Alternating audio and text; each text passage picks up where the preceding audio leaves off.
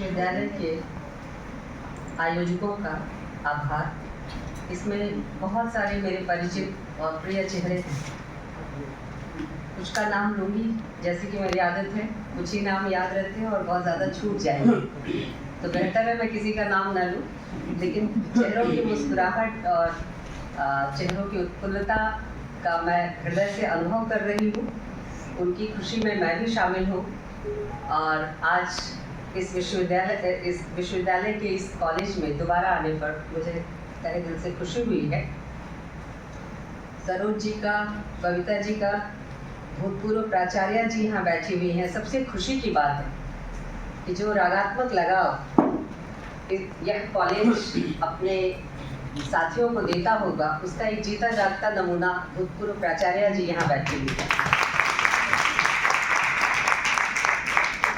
और संस्कृत की विभागाध्यक्ष सामने बैठी हैं और उतने ही प्यार और उत्सुकता से हम सबको सुनने के लिए प्रस्तुत हैं जितने कि आप हिंदी या अन्य विषय वाले यहाँ बैठकर चाह रहे होंगे।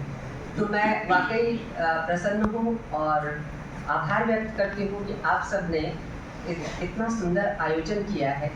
धीरे धीरे यह आयोजन पहले दूसरे और तीसरे सत्र तक जाते जाते और कल तक होते होते अपने उद्योग को प्राप्त करेगा और बहुत सारी बातें आपके सामने होंगी। सरोज जी ने अभी चर्चा करते हुए कहा था कि मैं आप सबको दरवाजे तक ले आई हूँ, इमारत के दरवाजे तक ले आई हूँ। मैं कहूँगी कि इमारत के दरवाजे के पहले हमें उस नींव की ईंट को भी देखने की ज़रूरत होती है, जहाँ से इमारत की संकल्पना को तय किया जाता है, उसके बारे में सोचा जाता है, फिर इमारत का गठन होता है। हिंदी या अन्य भारतीय भाषाओं के अतीत एवं वर्तमान विषय पर मुझे कुछ बातें रखनी है। बहुत संक्षेप में कुछ बातें रखूँगी, लेकिन उसके लिए अन्य जो सत्र हैं जिसमें प्रौद्योगिकी की चर्चा होगी और बहुत सारे इसमें और भी विषय हैं जिनकी चर्चा होगी, राष्ट्रीय शिक्षा नीति की भी चर्चा होगी। लेकिन पहला जो सत्र है ये हिंदी तथा अन्य भारतीय भाषाओं के अतीत और वर्तमान के संदर्भ में है। तो इस सत्र में इस विषय पर कुछ बोलने के पहले हम सबको अपने को धन्यवाद और भाग्यशाली मानना चाहिए कि वैज्ञानिकों ने जिस तरह से खोज कर बता दिया है कि हम भाषा बोल ही क्यों पाते हैं। धरती पर बहुत सारे प्राणी हैं, जीव हैं, लेकिन सबको भाषा नहीं आती। भाषा वैज्ञानिक खोजों के आधार पर यह साबित हो चुका है कि हमारे भीतर कुछ ऐसे जीन हैं जिसके आधार पर हम भाषा बोल पाते हैं। तो वैज्ञानिक तौर पर भी यह सच है कि हम जेनेटिकली इतने डेवलप्ड हैं कि भाषा का निर्माण कर सकते हैं, भाषा को बोल सकते हैं, भाषा के जरिए संप्रेषण कर सकते हैं। लेकिन साथ ही साथ सभ्यता के संदर्भ में अगर भाषा को देखें तो सभ्यता के संदर्भ में भाषा का आना, किसी भी भाषा का आना, चाहे वह हिंदी हो या विश्व की कोई और भाषा ही क्यों ना हो, किसी भी भाषा का आना सभ्यता से मनुष्य के रिश्ते की स्थापना है। हम कितने सभ्य हुए हैं यह हमारी भाषा ही बता सकती है। तो ऐसी स्थिति में आप देखें कि भाषा के बहुत सारे प्रारूप हो सकते हैं, बहुत सारे उसके कार्य रूप और कार्य पद्धतियाँ हो सकती हैं।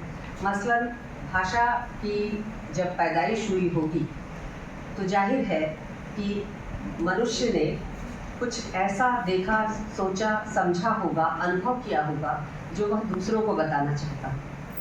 यह जो बेकली है, यह जो व्याकुलता है कि जो कुछ हमने सीखा है, जिस अनुभव को हमने हासिल किया है, चाहे वो भय का अनुभव हो, आनंद का अनुभव हो, सुरक्षा का अनुभव हो या असुरक्षा का अनुभव हो, या किसी कह सकते हैं किसी और तरह के भावात्मक अनुभव का हिस्सा हो, यह सब कुछ मनुष्य स्वयं भोग कर अपनी आने वाली पीढ़ी को और अपने वर्तमान में मौजूद अन्य साथियों को बताना चाहता होगा, तब उसने भाषा की ज़रूरत महसूस की होगी। और भाषा के क्रमिक विकास को आप सब जानते हैं कि कैसे भाषा धीरे धीरे विकसित होती गई और लिपि और लिखित भाषा का विकास हुआ। इसके विस्तार में मैं नहीं जाऊँगी। मूल बात जो मैं आपसे कहना चाहती हूँ कि यह जो अनुभव है, जो मनुष्य को भाषा की तरफ खेलता है, भाषा की खोज की तरफ उन्मुख करता है, उसकी ज़रूरत को अनुभव कराता है, यह चीज़ पैदा कब और कैसे और किन स्थितियों में हुई होगी। जाहिर है कि मनुष्य ने जब कुछ किया होगा, कोई श्रम का कार्य किया होगा, किसी चीज़ में जब उसका परिश्रम लगा होगा और उस परिश्रम की उपलब्धि जब उसे हुई होगी तो वह उसको सहेज लेना चाहता होगा। और इस सामूहिक परिश्रम में जाहिर है कि जो हम पुराने समाज और सभ्यता की बात करते हैं तो एकल परिश्रम के साथ साथ ज़्यादा वहाँ महत्व सामूहिक परिश्रम का रहा होगा, क्योंकि मनुष्य अपनी सुरक्षा और संरक्षा के लिए गोलबद्ध रहने में विश्वास करता था। आज की तरह एकल परिवारों का, एकल सभ्यता का इस तरह से निर्माण तब नहीं हुआ था। तो ऐसे में जब वह उस भाषा के दौर में रहा होगा, जब उसने उस अनुभव को प्राप्त किया और उसे भाषा में अभिव्यक्त करना चाहा, तो श्रम का भाषा के निर्माण में बहुत बड़ा रोल है। जो बात मैं आपसे शेयर करना चाहती हूँ वो ये है कि श्रम का मनुष्य के श्रम का भाषा के विकास में बहुत बड़ी भूमिका है। और बिना श्रम के, बिना कह सकते हैं मेहनत या किसी चीज़ में जुटे हुए परिश्रम की भाषा का विकास संभव नहीं था। तो जाहिर है कि भाषा का विकास बंद कमरे में नहीं हुआ, श्रम की सामूहिकता में हुआ। और फिर भाषा में बहुत सारे जब अनुभव एकत्र होने लगे, एक ही तरह के काम के लिए जब वैविध्यपूर्ण संकेतों का उदाहरण मिलने लगा तो पर्यायवाची शब्दों का निर्माण हुआ होगा। यानी एक जैसे अनुभव के लिए मिलते जुलते शब्दों का निर्माण हुआ होगा। और भाषा में जो वैविध्य आदिम समाज में और पुराने भाषा के रूपों में दिखाई देता है, वह जब भाषा सुसंस्कृत हो जाती है, संस्कृताइज होती है, जब वह जिसे हम कहते हैं कि वह भाषा परिनिष्ठित हो गई, तो वह वैविध्य धीरे धीरे कम होने लगता है। भाषा धीरे धीरे एक तरह से मानकीकरण की तरफ बढ़ने लगती है और विविधता और पर्यायवाची शब्दों का संकुचन उसी अर्थ में होने लगता है। तो कहने का अर्थ है कि भाषा के संदर्भ में जब हम बात करते हैं तो सबसे पहला संदर्भ आता है संप्रेषण का। लेकिन भाषा केवल संप्रेषण नहीं है। संप्रेषण उसकी प्राथमिक ज़रूरत है जो श्रम के अनुभव के संदर्भ से पैदा हुआ होगा। लेकिन भाषा जब आगे बढ़ती है, मानवीय सभ्यता के विकास क्रम में जब अनुभव का बाहुल्य होता है और भाषा आगे बढ़ती है, तो धीरे धीरे वह क्लिष्ट चिंतन की तरफ बढ़ती है। भाषा चिंतन की अभिव्यक्तियों का भी रूप है। केवल संप्रेषण के लिए भाषा का इस्तेमाल नहीं करते, हम चिंतन और अवधारणाओं के बयान करने के लिए, उन्हें सूत्रबद्ध करने के लिए भी भाषा का इस्तेमाल करते हैं। और ऐसी स्थिति में जब हम चिंतन के लिए भाषा का इस्तेमाल करते हैं, तब विभिन्न कला रूपों का जन्म होता है। तमाम तरह के जो कला रूप हैं, जो भाषा के साथ और बहुत ज़्यादा या कमतर संबंधों से जुड़े हुए हैं, उन तमाम कला रूपों का निर्माण होता है। ज्ञान विज्ञान का निर्माण होता है, विभिन्न शास्त्रों का निर्माण होता है, पोथियों का निर्माण होता है। और इस तरह से एक लंबी प्रक्रिया जो समाज के विकास की है, वह भाषा के विकास के साथ जुड़कर आगे बढ़ती है। इसी तरह से जब भाषा के संदर्भ में आधुनिकीकरण या मशीनीकरण के दौर में जब हम आते हैं, ये हिंदी के लिए भी उतना ही सच है, विश्व की अन्य किसी भी भाषा के लिए उतना ही सच है। हिंदी की अपनी कुछ विशिष्ट परिस्थितियां रही हैं जिसकी चर्चा हम संक्षेप में आपसे आज करेंगे। तो मशीनी युग का, यानी जिस टेक्नोलॉजी की आप बात कर रहे हैं, टेक्नोलॉजी हर युग में रही है। पिछड़े समाजों में भी टेक्नोलॉजी रही है और उसने भाषा को एम्पावर्ड किया है, मजबूत किया है। और आगे बढ़े हुए समाजों में भी, आज के समय में भी, और आज के समय में भी सिर्फ एक तरह का हमारा ही समाज नहीं है। दुनिया, इसी एक दुनिया में, इसी एक धरती पर कई तरह के समाज हैं जो टेक्नोलॉजिकली हमसे उन्नत हैं, इसी समय में, इसी वातावरण में, इसी धरती पर, और हम अभी भी टेक्नोलॉजी के स्तर पर उनसे बहुत पीछे हैं। तो एक ही समय समाज में बहुत तरह का समय और समाज और सभ्यताएं मौजूद हैं जहाँ तकनीक का अंतर भी मौजूद है। तो तकनीक चाहे अगड़ी रूप में मौजूद हो या पिछड़ी रूप में मौजूद हो, तकनीक सभ्यताओं को प्रभावित करती है। तकनीक के आधार पर सभ्यताओं के विकास का क्रम चलता है और एक तरह से वाइस वर्सा है। तकनीक सभ्यता को प्रभावित करती है और सभ्यता के अनुरूप तकनीकों का भी जन्म होता है। ऐसी स्थिति में जब हमारे यहाँ इंडस्ट्रियलाइजेशन होता है, औद्योगिकीकरण होता है, तो औद्योगिकीकरण के साथ साथ जो नई व्यवस्था आती है वो नए वर्गों को भी जन्म देती है, और नए वर्ग जो पैदा होते हैं उनकी अपनी ज़रूरतें, उनकी अपनी कह सकते हैं आकांक्षाएं, इच्छाएं और प्रायोगिक रूप, ये सब कुछ भाषा में दर्ज होते हैं।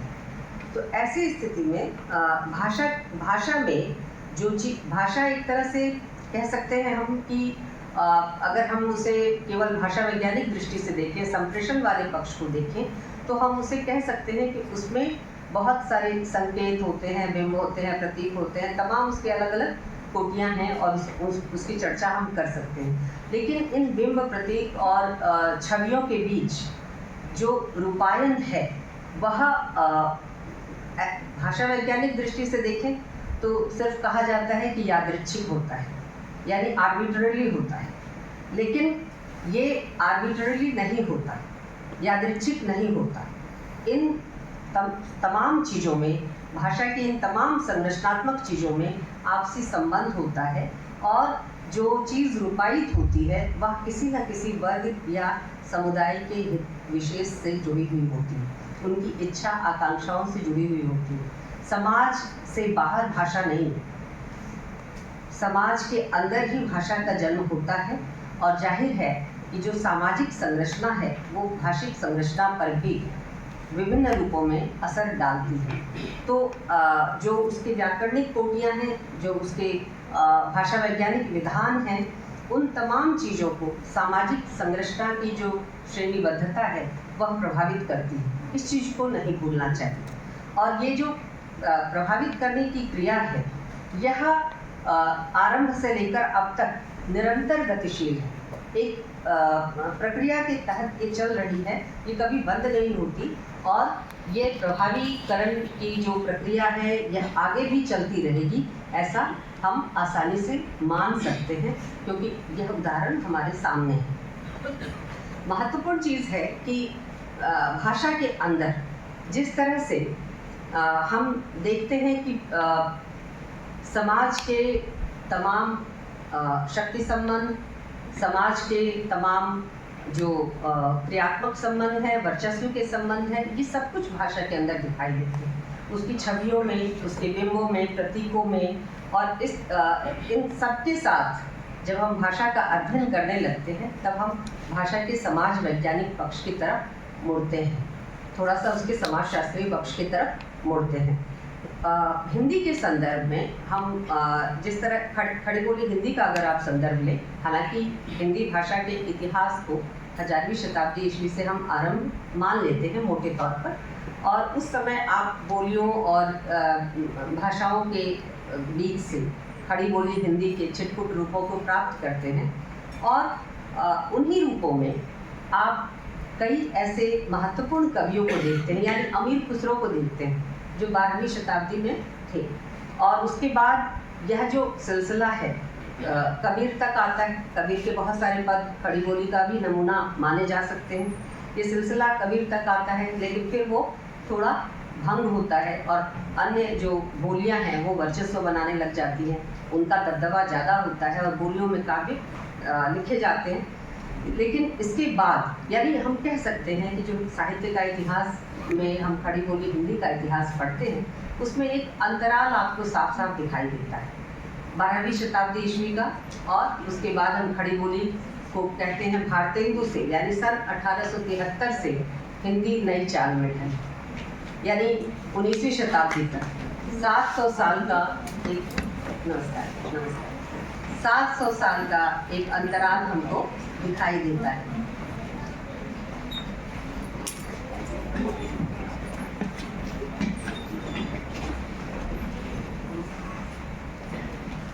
तो साल का अंतराल है। दरअसल खड़ी बोली हिंदी को एक खास तरह से देखने के कारण है।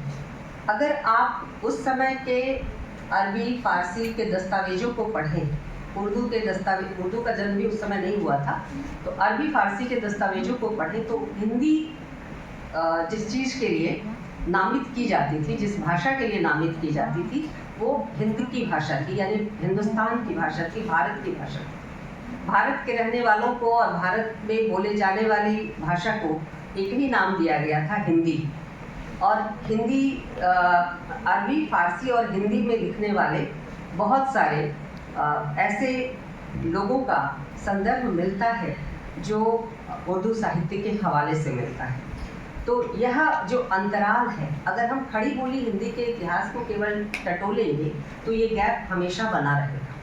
साहित्य का काम, इस तरह की विचार की गोष्ठियों का काम क्या है कि हम उन अंतरालों में भी झांकने की कोशिश करें और जो कड़ी जुड़ती है उसको जोड़ें।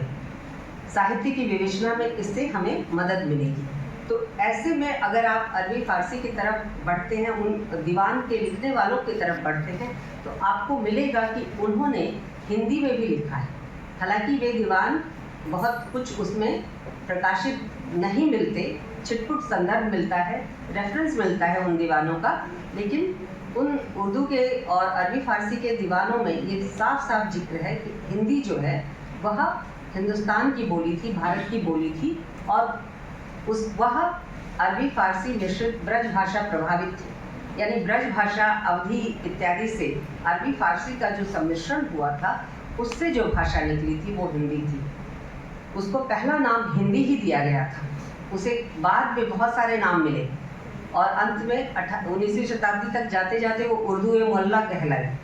लेकिन दरअसल उसका जो पहला नाम था, लंबे समय तक, लंबे वक्त तक उसे हिंदी कहा जाता रहा।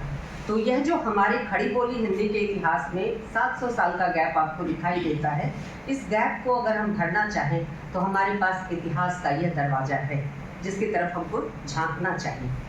बहरहाल, जब खड़ी बोली हिंदी का इतिहास या खड़ी बोली हिंदी भाषा का आरंभ हम भारतेंदु के शब्दों से 1873 में अगर मान लें, तो उस समय खड़ी बोली हिंदी के सामने चुनौती क्या थी? आप हिंदी साहित्य के इतिहास के तमाम पुस्तकों को उठाकर देख लीजिए, विवाद किन विषयों पर है। आरंभिक विवाद किन किन हेडलाइन से मिलता है, किन शीर्षकों से मिलता है। जो शीर्षक हैं वे हैं उर्दू बनाम हिंदी, ब्रजभाषा बनाम खड़ी बोली हिंदी, ये दो विवाद। अंग्रेजी बनाम हिंदी कहीं नहीं है, किसी इतिहास पुस्तक में नहीं। असली संकट तो वहाँ था, लेकिन इतिहास लेखन में अंग्रेजी बनाम हिंदी का कोई विवाद ही नहीं। और आज़ाद भारत में भी, स्वतंत्र भारत में भी हिंदी का जो नक्शा तय किया गया राजभाषा के तौर पर, ऑफिशियल लैंग्वेज के तौर पर, उसमें ये कहा गया कि 15 साल तक अंग्रेजी साथ साथ चलेगी। वहाँ भी अंग्रेजी को अनुकूल ही माना गया।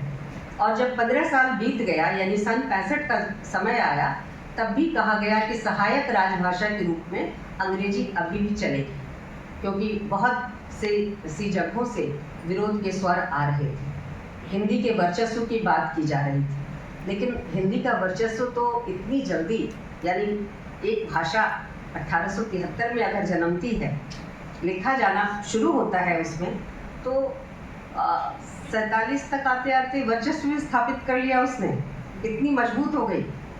ये सोचना चाहिए और ध्यान रखना चाहिए कि अंग्रेजों ने यहाँ की भाषाओं को पढ़ने के लिए फोर्ट विलियम कॉलेज की स्थापना की थी।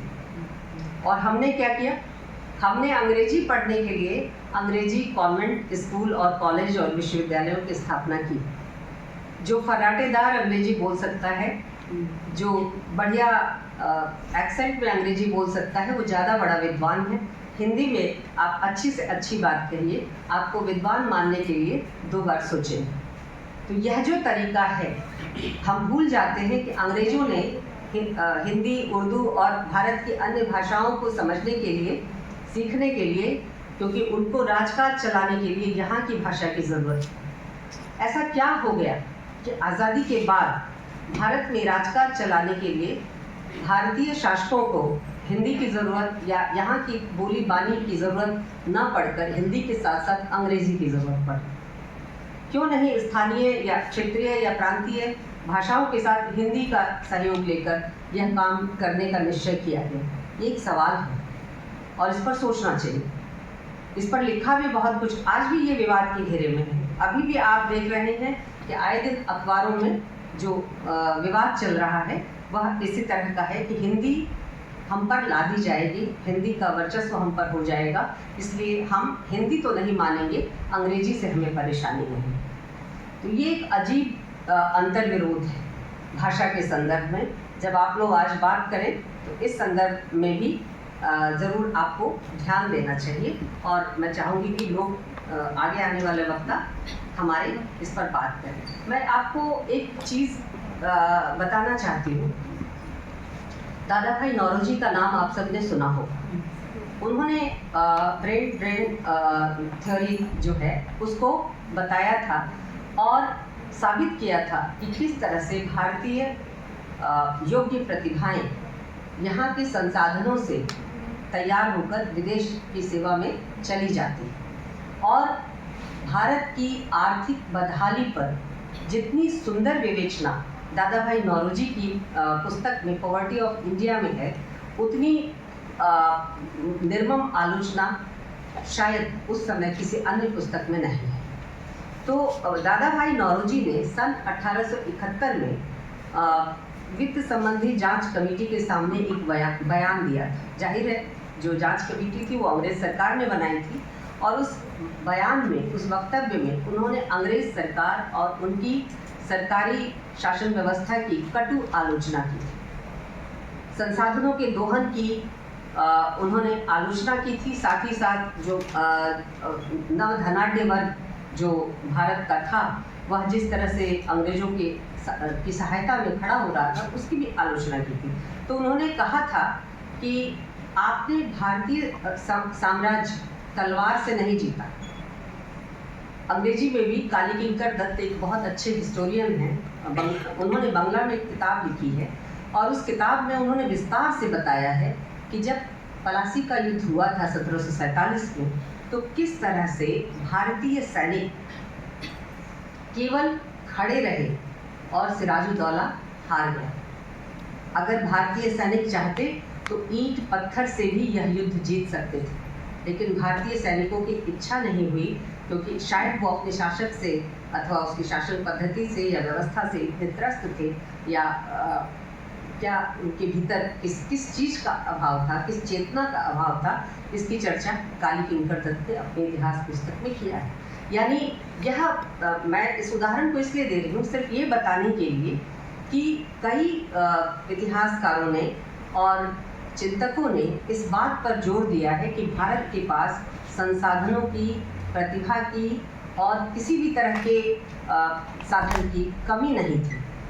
किसी भी दौर में कमी नहीं थी। जब वो गुलाम हुआ तब भी कमी नहीं थी, लेकिन इसके बावजूद भारत को एक लंबी गुलामी की अवधि, साम्राज्यवादी गुलामी की अवधि झेलनी पड़ी थी। तो दादा भाई नौरोजी ने जिस जांच कमेटी के सामने बयान दिया उसमें भी यही बात उन्होंने कही कि आपके पास तुलनात्मक तौर पर जितनी बड़ी संख्या हिंदुस्तानियों की है, भारतीयों की है, उसको संभालने के लिए फौज नहीं थी, अंग्रेजी फौज नहीं थी। जो लोग आपके साथ लड़े वो भारत के ही लोग थे। और ये उनको ही मैं कोट कर रही हूँ, उन्होंने कहा कि आपने भारतीय साम्राज्य तलवार से नहीं जीता। इन 150 वर्षों में आप युद्ध करते रहे हो जिससे यह विशाल साम्राज्य निर्मित हुआ। भारतीयों पर जिस अंग्रेजी साम्राज्य व्यवस्था का शासन हुआ वो एक दिन में नहीं हुआ। लगातार उन्होंने 150 वर्षों तक युद्ध किया, पलासी के युद्ध से लेकर 1857 तक, तब जाकर उनको भारत का साम्राज्य प्राप्त हुआ था। तो दादा भाई नौरोजी कह रहे हैं कि इन 150 वर्षों में आप युद्ध करते रहे हो, जिससे यह विशाल साम्राज्य निर्मित हुआ है। इसमें करोड़ों लोगों का धन लगा हुआ है। क्या तुमने एक छदाम भी दिया है? तुमने हिंदुस्तानियों से एक एक कौड़ी दिलवाई है। तुमने यह विशाल साम्राज्य हमारी कमाई से बनाया है, और अब सुनो कि हमने तुमसे इसके लिए क्या इनाम पाया है। भारत में यूरोपियन फौज अपेक्षाकृत कम ही रही है। गदर के समय तुम्हारी 40,000 फौज ही थी। जो 2 लाख भारतीय फौज थी, उसने तुम्हारे लिए लड़ाइयाँ लड़ी थी, तुम्हारे लिए खून बहाया था। उसने तुम्हें यह आलीशान साम्राज्य दिया था। भारत की कमाई और खून के बल पर आलीशान साम्राज्य निर्मित हुआ है और अब तक कायम रखा गया है। इन लड़ाइयों में जो भारी खर्च हुआ है और उसके साथ जो साल दर साल तुम भारत से करोड़ों अरबों रुपया धोकर ले जाते हो, उससे भारत बिल्कुल पस्त हो गया है। उसमें अब खून नहीं रह गया है।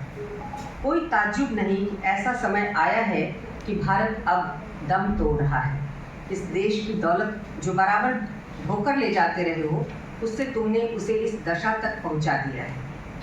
और आगे कहते हैं कि पुराने शासक का चरित्र कम या ज़्यादा एक जैसा होता है, लेकिन कभी देश के भाग्य से शासक उदार भी होता है, तुलनात्मक तौर पर कम अत्याचारी भी होता है। तो पुराने शासकों की अंग्रेज शासन से तुलना करते हुए कह रहे हैं कि पुराने शासक कसाई जैसे थे, कभी इधर छुरा मारा, कभी उधर मारा, लेकिन अंग्रेजों के पास उनका वैज्ञानिक छुरा है और वह सीधे कलेजे तक पहुंचता है। और कमाल यह है कि घाव दिखाई नहीं देता। सभ्यता, प्रगति और जाने क्या क्या ऊंची ऊंची बातों का पलस्तर चढ़ा दिया जाता है और घाव ढक जाता है। अंग्रेज शासक भारत की चौकीदारी करने के लिए सिंह द्वार पर खड़े हैं और सारी दुनिया को सुनाकर कहते हैं, जो भी आएगा उससे भारत की रक्षा करेंगे। अभी भी रक्षा कर रहे हैं और संतरी बनकर जिस खजाने की हिफाजत कर रहे हैं, उसे खुद ही पिछवाड़े से उठाए लिए जाते हैं। ये दादा भाई नौरोजी ने जांच कमेटी के सामने सन 1871 में कहा था। अभी की स्थिति पर ध्यान दीजिए कि जो संसाधन भारत से बाहर जा रहा है, उसमें उसका आधार क्या भाषा नहीं बन रही। भाषिक जो बंटवारा है, भाषिक जो आपकी दक्षता है, उसके आधार पर आपका श्रेणी विभाजन है। आपको शासकों की भाषा को सिखाकर उनके योग्य बनाकर तैयार किया जाता है कि आप उन कल कारखानों में उनके प्रबंध और अन्य जो संस्थान हैं, प्रबंधन के और अन्य संस्थानों में अपनी दक्षता का, अपने कौशल का इस्तेमाल कर सके। उनके लिए आप तैयार हो, ना कि भारत के लिए आप तैयार हो रहे हैं। तो ये जो तमाम शिक्षा व्यवस्था है जो भाषा के जरिए दी जाती है, इस पर भी दादा भाई नौरोजी की यह टिप्पणी महत्वपूर्ण है। तो मैं आपका ध्यान 2-3 बातों की तरफ और आकर्षित करके अपनी बात खत्म करूंगी कि हमें भाषा कैसी चाहिए। क्या भाषा हमें इसलिए चाहिए, भाषा पर अधिकार इसलिए चाहिए कि हम दूसरे व्यक्ति को अपने से कमतर आंकें। इसके लिए भाषा पर अधिकार नहीं चाहिए। भाषा पर अधिकार चाहिए कि भाषा का क्षेत्र कम से कम सबके लिए बराबरी का क्षेत्र हो, सबको समान अवसर ज्ञान का प्राप्त हो और उसका आधार जो भाषा बने वह किसी के साथ भेदभाव न करे। भाषा के आधार पर ज्ञानात्मक उपलब्धियों में भेदभाव करना अपने आप में एक बहुत ही बेढंगी चीज़ है और ये नहीं होना चाहिए। आप स्कूल, कॉलेज से लेकर तमाम जगहों पर इसको प्रत्यक्ष अनुभव कर सकते हैं। स्कूलों में आए दिन जो आप देखें कि 2 तरह के स्कूल हैं हमारे ही देश में। प्राथमिक स्कूलों को केवल आप उठा लीजिए, वहाँ जो शिक्षा दी जाती है और जिस भाषा में मीडियम ऑफ इंस्ट्रक्शन में दी जाती है, वह चीज़ जो निजी स्कूल हैं वहाँ नहीं फॉलो की जाती, वहाँ उसका अनुकरण नहीं होता। वहाँ अलग भाषा में जो कि शासकों की भाषा है उसमें शिक्षा दी जाती है और कहा जाता है कि खबरदार मातृभाषा में अथवा हिंदी में बात की तो दंडित किए जाओ। पनिशमेंट मिलता है अगर आप हिंदी के अलावा अपनी भाषा में या हिंदी में बात करें तो उसके लिए आपको पनिश किया जाता है। ये पनिशमेंट किस लिए? भाषा बोलने में किसी को सजा दी जा सकती है, ये अपने आप में कभी अटपटा आप लोगों को नहीं लगता है? किसी को नहीं लगता। हम किसी भी भाषा में अपने को अभिव्यक्त करें, हम सजा के अधिकारी क्यों होंगे? अगर हम विषय को ठीक ठीक बता पा रहे हैं, हम अगर अपनी बात को ठीक से संप्रेषित कर पा रहे हैं, अपनी जो चिंता है, सोच है, उसको ठीक से अभिव्यक्त कर पा रहे हैं, तो सजा हमें क्यों मिलनी चाहिए? लेकिन केवल एक भाषा आपको नहीं आती है, एक भाषा विशेष आपको नहीं आती, तो आपको अज्ञानी मान लिया जाता है। और जो क्षेत्रीय भाषाओं का झगड़ा है, उसमें भी झगड़ा किस बात का है? झगड़ा अंग्रेजी से नहीं, जिसकी जो चिंता मेरी है, झगड़ा अंग्रेजी से न था, न है, आगे आने वाले की कोई संभावना है। झगड़ा जो है वो पूरी तरह से अपने ही भीतर की सहोदर बोलियों और भाषाओं से। यहाँ संकट की जगह है। हम सब जब तक भाषा में अपने को एक दूसरे के करीब नहीं पाएंगे, जब तक हमारे देश की सभी भाषाएं समान दर्जा नहीं प्राप्त करती और एक दूसरे के करीब नहीं आती, सांस्कृतिक आदान प्रदान का हिस्सा नहीं बनती, तब तक भाषा का ये संकट दूर नहीं होगा। भाषा को समावेशिता के लिए, चूंकि हम एक बहुभाषिक देश में रहते हैं, बहुसांस्कृतिक देश में रहते हैं, तो भाषा को समावेशिता के लिए अपने दरवाजे खोलने होंगे, एक दूसरे से आदान प्रदान का ये क्रम चलना होगा। और सिर्फ यही नहीं कि जो हिंदी भाषी क्षेत्र में जो लोग रहते हैं, चूंकि उनको हिंदी आती है, तो वे अपने को अन्य सभी जो भारतीय भाषाएं हैं उसमें वैसे ही वरिष्ठ पाएं जैसे अंग्रेजी जानने वाला हिंदी वाले की तुलना में अपने को वरिष्ठ मानता है। ये अहंकार, ये गैर बराबरी का व्यवहार, ये बंद करके हम जब तक भाषा के प्रति सहोदर भाव से, समावेशी भाव से हाथ नहीं बढ़ाएंगे, तब तक यह संकट चलता रहेगा। विवाद और तनाव के क्षेत्र बने रहेंगे, कॉन्फ्लिक्ट एरियाज बने रहेंगे, उसका अंत नहीं हो सकता। बेहतर है कि इन तमाम चीज़ों को दूर करने के लिए हम ज़्यादा से ज़्यादा भाषाएं सीखें। आजकल भाषा सीखना कोई मुश्किल बात नहीं। आपके पास प्रौद्योगिकी भी है, बहुत सारे ऑडियो वीडियो वर्जन भी हैं, पाठ्यक्रम भी है, ऑनलाइन क्लासेस भी हैं। तो ऐसे में आप सब युवा अगर एक से अधिक भारतीय भाषाओं को सीखते हैं, तो आप यह जो सांस्कृतिक गैप है, अंतराल है, इसको कम करने में मदद करेंगे, स्वयं भी समृद्ध होंगे और आपका नज़रिया भी ज़्यादा उदार और ज़्यादा विस्तृत होगा। दूसरी बात जो मैं आपसे कहना चाहती हूँ और आखिरी बात कहना चाहती हूँ, वो ये कि भाषा में सबकी भागीदारी हो। साथ ही साथ हिंदी को इसके लिए भी अपने को तैयार करना होगा कि भाषा में, यानी हिंदी भाषा में, सबके अनुभव को दर्ज करने के लिए आवश्यक स्पेस या जगह भी मौजूद है। बहुत सारे अनुभवों को आप खारिज नहीं कर सकते। वे अनुभव अब जिंदा सवाल की तरह हैं, आपको उनको दर्ज करना पड़ेगा। साहित्य बोध आपको बदलना पड़ेगा, उस साहित्य बोध को बदलना पड़ेगा जो भाषा से निर्मित है, जो अब तक जिस तरह से चला आ रहा है उसको किसी ने प्रश्नांकित नहीं किया। एक खास तरह का सेट पैटर्न कि यह साहित्य है और यह साहित्य नहीं है, यह साहित्यिक अनुभव है और यह साहित्यिक अनुभव नहीं है। इस सेट पैटर्न से बाहर आना होगा और देखना होगा कि अन्य जो अनुभव आ रहे हैं उनमें भी कितनी भावात्मकता है, भाव प्रवणता है, साथ ही साथ वह मनुष्य के कितने काम का है, और जहाँ तक शैली और रूप का संबंध है वह अपना फॉर्मेट लेकर स्वयं आएगा। उसका इंतज़ार कीजिए और स्वागत कीजिए। इंक्लूसिव हो, आपका भाषा के प्रति जो नज़रिया हो वह समावेशी हो और सबके लिए खुला हो, यही मेरा आग्रह है। और इसके साथ ही मैं आज अपना वक्तव्य खत्म करती हूँ। धन्यवाद।